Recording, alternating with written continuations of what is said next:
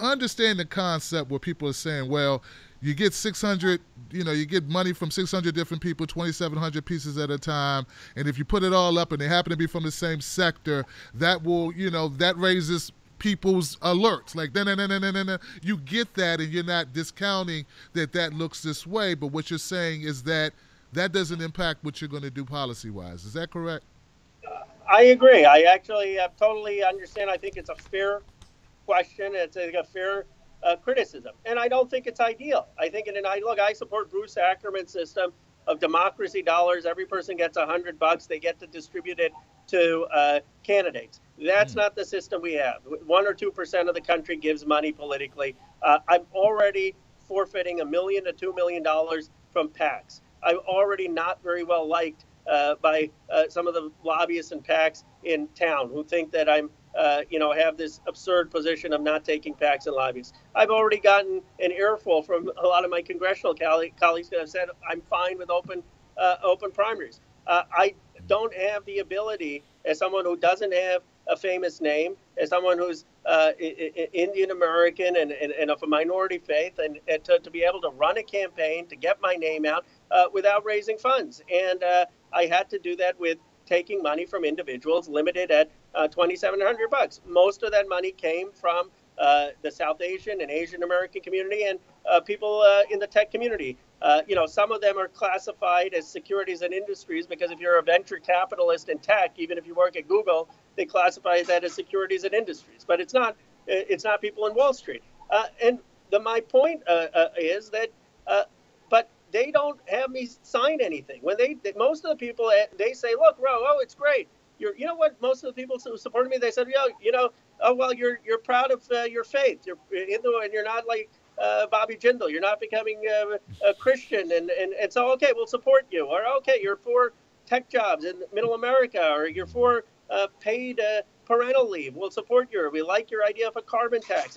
I never had people saying we want X or Y. When PACs give money, when a corporation's PACs gives money, their government affairs people ask you to take a position because they also give it to 30 other members of Congress. And that's why when people look at what I have sponsored in Congress, they will see that I've taken numerous positions already opposed to these sectors that they claim. How could you be for a financial transaction tax and sign on to co-sponsor Keith Ellison and Bernie Sanders legislation that the California nurses endorse and say that I'm somehow beholden to Wall Street? No one on Wall Street would, support that. But there are individuals at Wall Street who believe in the platform that I'm running. Isn't that a good thing? Don't we ultimately want progressives who are going to champion progressive policy, be consistent with that to convince the broader country to support them? I know, Sure. some people, I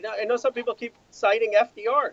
Let me tell you, FDR got a lot of support from quote unquote economic royalists. He got a lot of funding from those interests, but they realized that his policies were going to help save, as he put it, save capitalism and make it a more just society.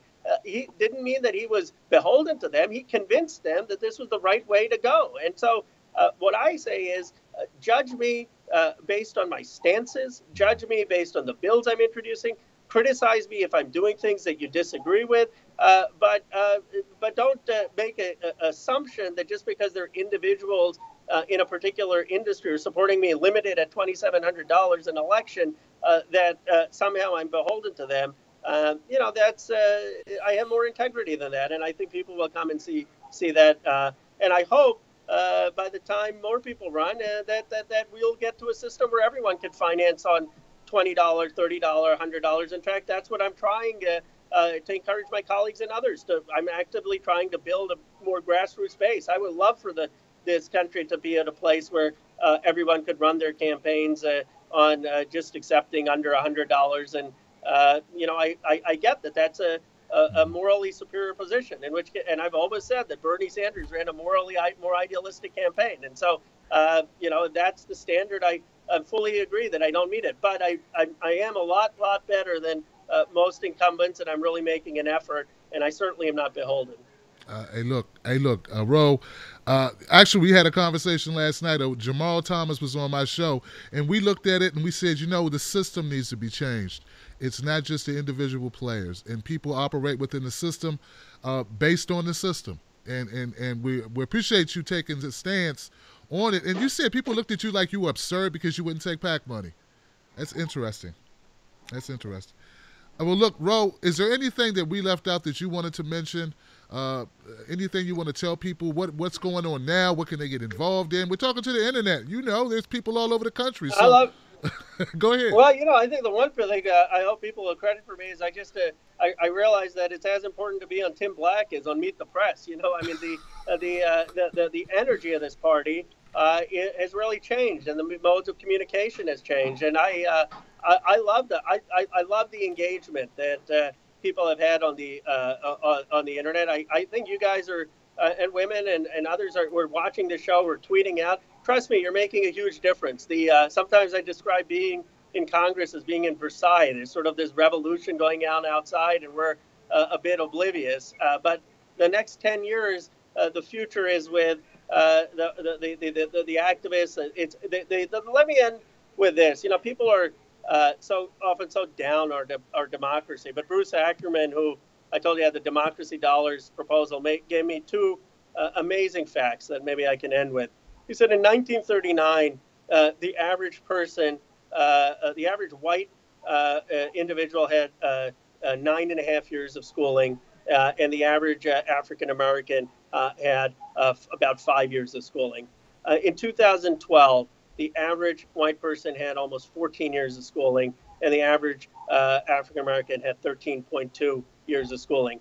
We are, as a country, the most educated that any time in our history, probably the most educated in terms of schooling and knowledge any time in world history.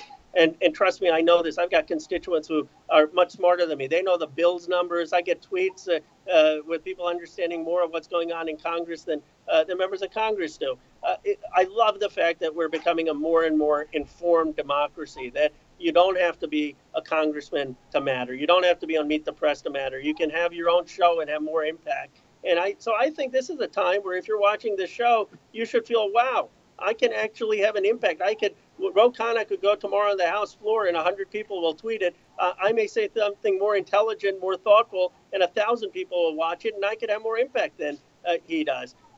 We're democratizing the possibility of having impact, and I think it's inevitable that the Democratic Party will democratize because of the higher education of the electorate, the higher demands of the electorate, and the tools of technology that are enabling that. Well, you tell your constituents, we love the fact that more people are getting educated. It's the fact that we're not making more money and the corporations are. And the income inequality is really like, so we got more school, but we got more bills. So that's true. We got to make one more plug. I got this earned income tax credit, $1 trillion expansion. People between 30 and 75,000 will get a 20% raise, because they're working hard and they're not making as much money at wage stagnation. So, there are a lot of things we can do. I think you're adding a great voice. And I want to just say to my critics, I appreciate it. I think most of the criticism was fair, and people will have to judge me based on my record and context. And I've been there 4 months. Give me, it takes a while to build a record, and I hope people will just look at the stands I've taken and will continue to take. Well, look, Ro Khanna, thank you once again, Ro Khanna, for joining us. Thank you for what you're doing. I appreciate you, and we'll be watching you. And you got my support, brother. And I'll talk to you soon. You got it, man. Give it up for Ro Khanna, guys, Congressman from California. My brother. Thank you. Thank you, sir.